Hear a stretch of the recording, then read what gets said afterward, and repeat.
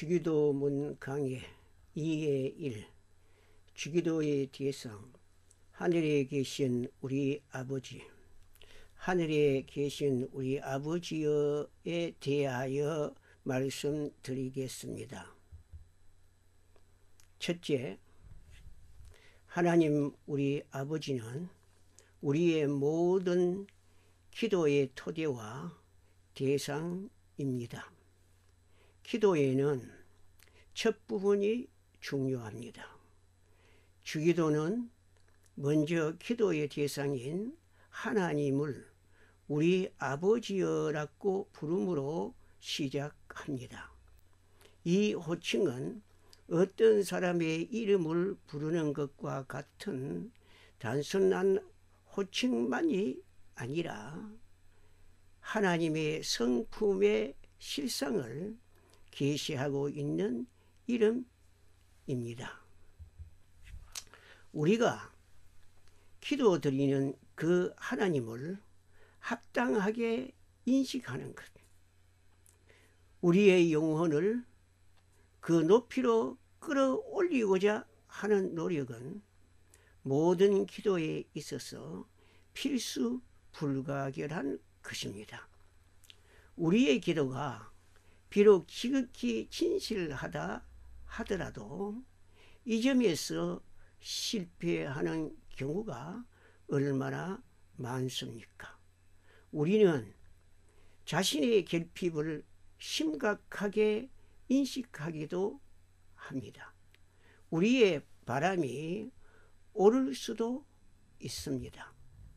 그리고 하나님께서 우리가 요구하는 것을 주실 것이라는 우리의 믿음이 확고부동할 수도 있습니다.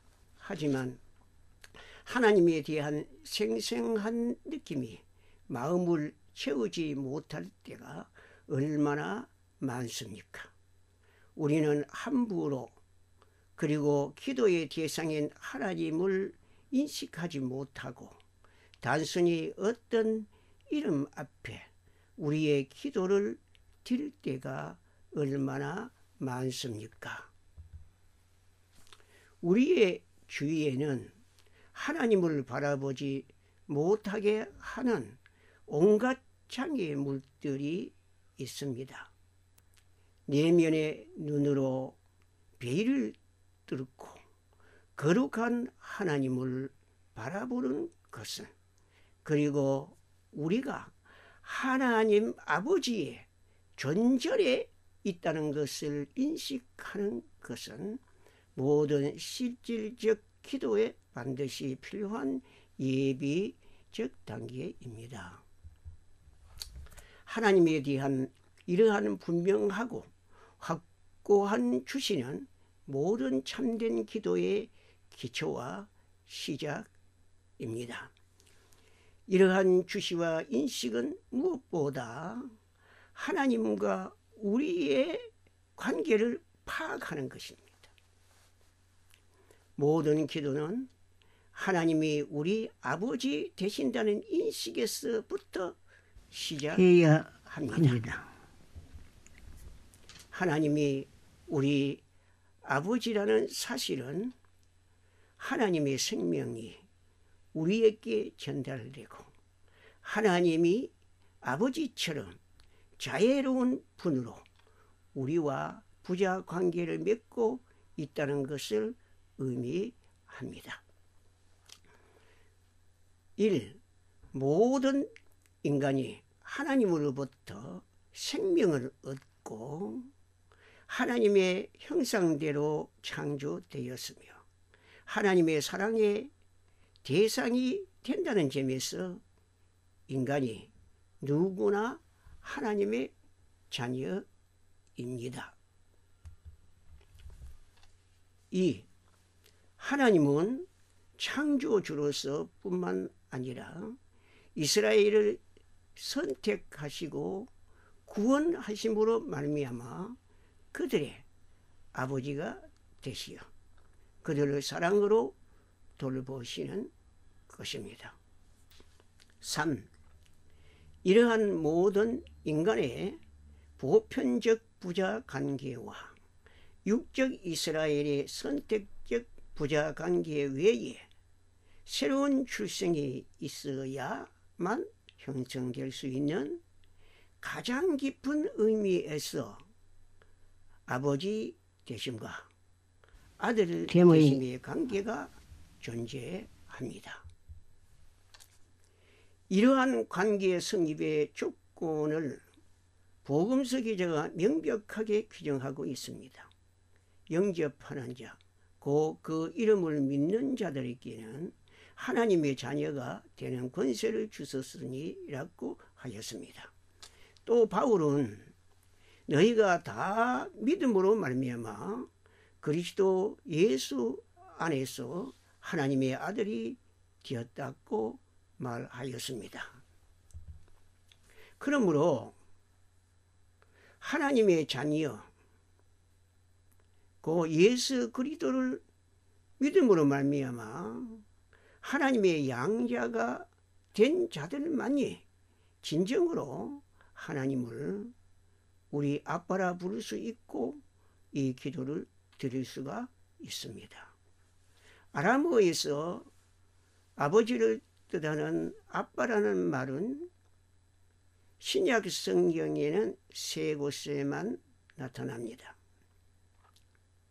예수님께서 겟세마네 동산에서 기도하실 때와 바울이 주도문을 생각하고 말한 두 구절에 나타납니다. 그리고 예수님께서 제자들에게 가르쳐 주신 기도의 아람어 원문에는 아빠로 나타납니다. 아람어에서 아빠는 원래 그의 동등한 여성 명사 임마처럼 유아 언어에서 발생되었습니다. 어린애가 젖을 떼게 되면 그 아이는 아빠, 임마라고 말하는 것을 배웁니다.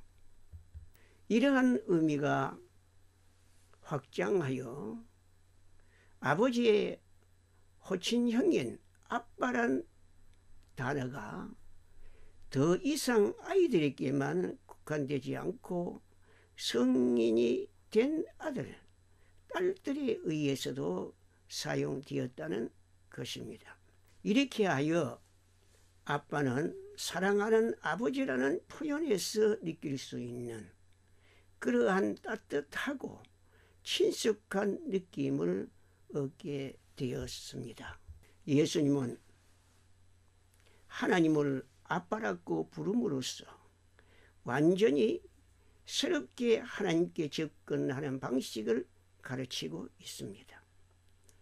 아빠라는 어린애답고 친근한 용어를 기도에서 사용한다는 것은 완전히 새로운 것이며 유대인들에게는 생소한 것입니다. 고대 유대주의가 낳은 신앙에 관한 모든 문헌 중에 어디에서도 아빠가 하나님을 부르는 방식으로 사용된 경우를 찾아볼 수 없습니다. 요아킴 이레미야스는 유대인들이 기도할 때 호칭형으로 아빠를 사용하였는지를 조사한 결과 모든 유대 문헌에서 하나님을 부르는 말로서 아빠를 사용한 예는 단 한 군데도 없었다고 하였습니다. 신앙심 깊은 유대인들은 일상 가정 생활에서 사용되는 친숙한 언어로 하나님을 부르기에는 하나님과 인간의 사이에 큰 격차가 있다는 것을 너무도 잘 알고 있었습니다. 하나님은 무한히 자애로운 아버지의 사랑을 가지신 분이시지만 높이 들린 보좌에 앉아 열국을 다스리시며 창조와 재창조를 하시며 온 세상의 왕으로서 심판과 자비를 내리시며 무한히 거룩하신 분이시기 때문에 하나님의 이름을 부르는 것조차 꺼려한 당시 유대인들에게는 하나님을 아빠라 부른다는 것은 생각조차 할 수 없는 일이었습니다. 그러나 예수님께서 유대인들에게는 생각조차 할 수 없는 어린애답고 친근한 용어 아빠를 기도에서 사용하신 것은 예수님과 하나님과의 독특한 관계를 표현하는 것입니다. 그것은 아버지에게 향한 예수님의 신뢰와 순종의 태도뿐만 아니라 비할 데 없는 권위를 표현합니다. 예수님께서 그의 제자들에게 이 주기도문을 가르쳐 주실 때 그들에게 자기를 따라 하나님을 아빠라고 부르는 권세를 주시고 그렇게 함으로 그들을 아들인 자기의 지위에 동참하게 하셨습니다. 초대교회는 기도에서 아빠를 사용하는 것을 이어받았습니다. 이것은 바울이 주기도문을 생각하고 있었던 두 구절에 나타나 있습니다. 바울은 사랑하는 아버지를 아빠로 부르는 것에서 그리스도를 통해 우리를 아들로 삼으시는 증거와 성령을 받는 증거를 로마서 8장 14절 이하 갈라디아서 4장 4절에서 7절에서 찾아보고 있습니다. 예수님과 마찬가지로 교회가 하나님을 아빠라 부를 수 있는 사실은 또한 하나님의 언약의 성취를 나타내는 것입니다. 내가 너희에게 아버지가 되고 너희는 내게 자녀가 되리라. 그래서 이제 하나님은 우리의 아버지가 되십니다. 인간은 누구나 하나님 앞에 설 수 없으며 하나님을 아빠 아버지라 부르며 나아갈 수 없습니다. 그러나 하나님께서 우리를 사랑하사 우리를 위하여 독생자 예수 그리스도를 이 세상에 보내시고 우리 주 예수 그리스도께서 우리를 위하여 십자가에 못 박혀 살찌시고 피 흘려 죽으시고 부활하심으로 말미암아 우리가 하나님의 자녀가 되는 길을 다 이루어 놓으셨습니다. 우리는 이 복음을 믿음으로 구원을 받고 양자의 영을 받아 하나님의 자녀가 되어 아빠 아버지라 부르는 것입니다. 하나님이 우리를 그의 자녀로 삼으시려고 작정하신 뜻과 그 성취에 대하여 사도 바울은 에베소서 1장 3절 이하에서 찬송하였습니다. 예수님은 이렇게 하여 우리에게 하나님을 우리 아버지라고 부를 수 있게 하셨습니다. 그러므로 우리가 하나님을 우리 아버지라고 부를 때 생각해야 할 것이 있습니다. 무슨 생각입니까? 우리는 하나님을 아버지라고 부를 때 먼저 독생자 예수님까지 아끼지 않으시고 십자가에 내어주신 우리를 향하신 하나님 아버지의 뜨거운 사랑과 우리를 위하여 십자가에서 살찌시고 피 쏟아주신 우리 주님의 그 구속의 은혜를 생각해야 합니다. 나는 감히 하나님 앞에 나갈 수 없는 죄인이었지만 하나님의 사랑과 우리 주 예수 그리스도의 십자가의 은혜로 하나님 앞에 나와 아빠, 아버지라 부르다는 생각을 가져야 합니다. 그렇다면 하나님이 우리 아버지 되심이 우리의 기도에 어떤 영향을 미치게 됩니까? 우리의 모든 생애 관계를 바로잡아 줍니다. 첫째로 우리가 하나님이 아버지 되심을 믿는다면 이 믿음은 하나님과 관계를 바로잡아 줍니다. 인간은 아무도 감히 그리스도처럼 하나님을 아빠, 아버지라 부르며 그 앞에 나아갈 수 없습니다. 그러나 우리는 그리스도 안에서 하나님이 우리의 사랑하시는 아버지가 되셨기 때문에 소망과 친밀한 신뢰감을 가지고 그 앞에 아빠, 아버지라 부르며 나아가는 것입니다. 우리는 종의 영이 아니라 양자의 영을 받았기 때문에 하나님 앞에 무서워하는 종들처럼 나아가는 것이 아니라 자녀가 아버지께 나아가듯 그의 사랑 가운데서 나아가는 것입니다. 하나님은 다른 사람들에게는 무서운 분일지 몰라도 우리에게는 자상하신 아버지십니다. 둘째로 우리가 하나님이 아버지 되심을 믿는다면 이 믿음은 자기 자신과의 관계를 바로잡아 줍니다. 사람이 살아가노라면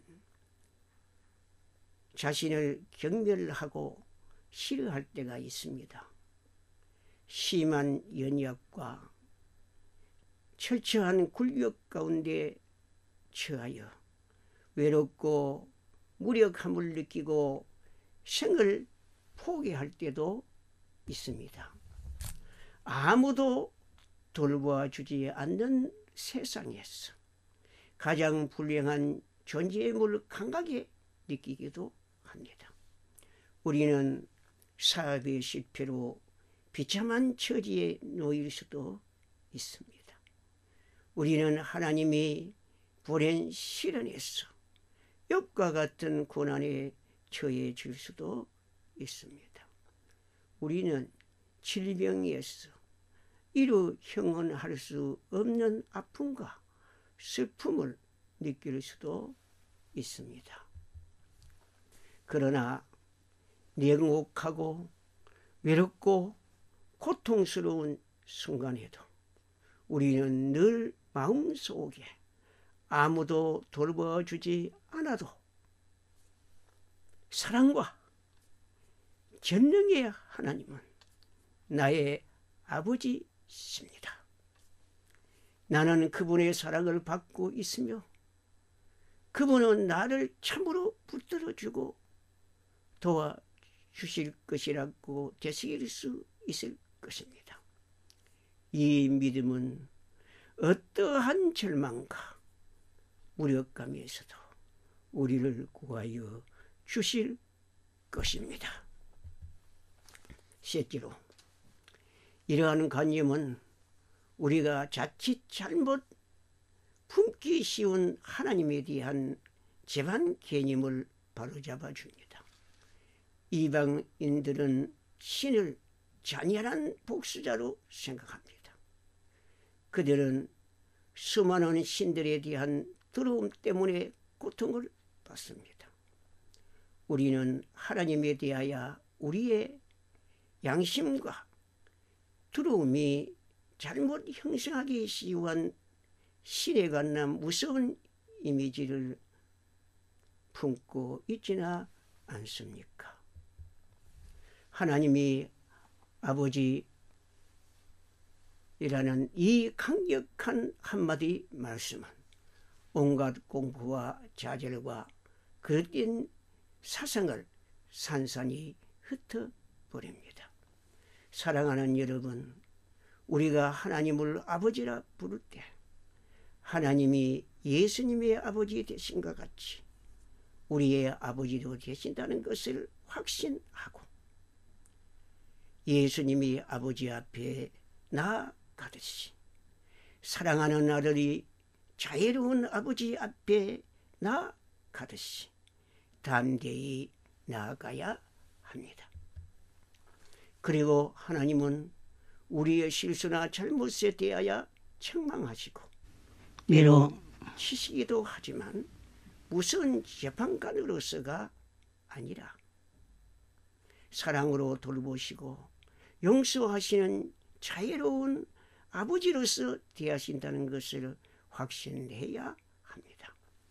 우리는 하나님을 아버지라 부를 때 탕자의 비유에 나오는 용서하시고 자애로우신 참 아버지의 모습을 생각하며 나아가야 합니다.